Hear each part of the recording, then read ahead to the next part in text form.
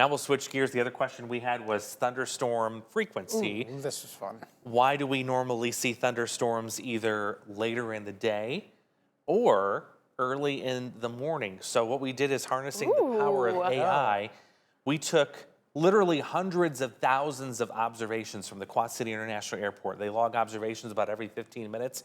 We took every one of those since about the late 1980s, put them into AI, and I said, make a heat map. And I want you to show me with the hottest colors, when does that cool. airport I know, Sorry, I'm kind of geeking out right now. That is so Isn't that cool. cool? It was really neat to see that. So you can see there's two clusters there, but there's kind of this middle. Yeah. So the time is on the left-hand side of your screen. So it's right around lunchtime when we're the quietest, typically.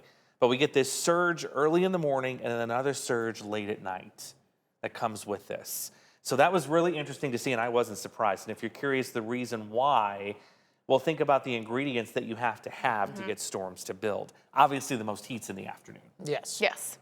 That's You get the most heat. Heat means storm energy. You get the most juice, like we like to call it, for sure.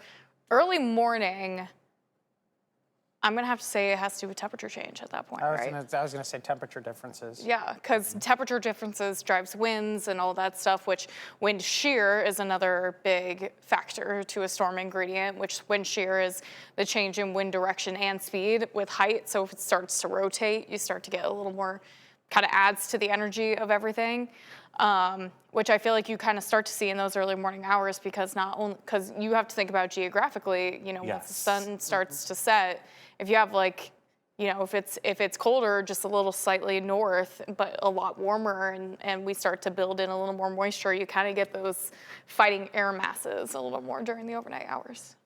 I think that, like you said, the geography too, typically these late night, early morning storms are coming from something that develops, say, in western or eastern Nebraska into western Iowa. So it's got to take time for those to move and travel overnight, and they typically arrive here first thing in the morning. That would make sense. Oftentimes as well. So yeah, I would say it's a different dynamics that you're dealing with, but it's very interesting.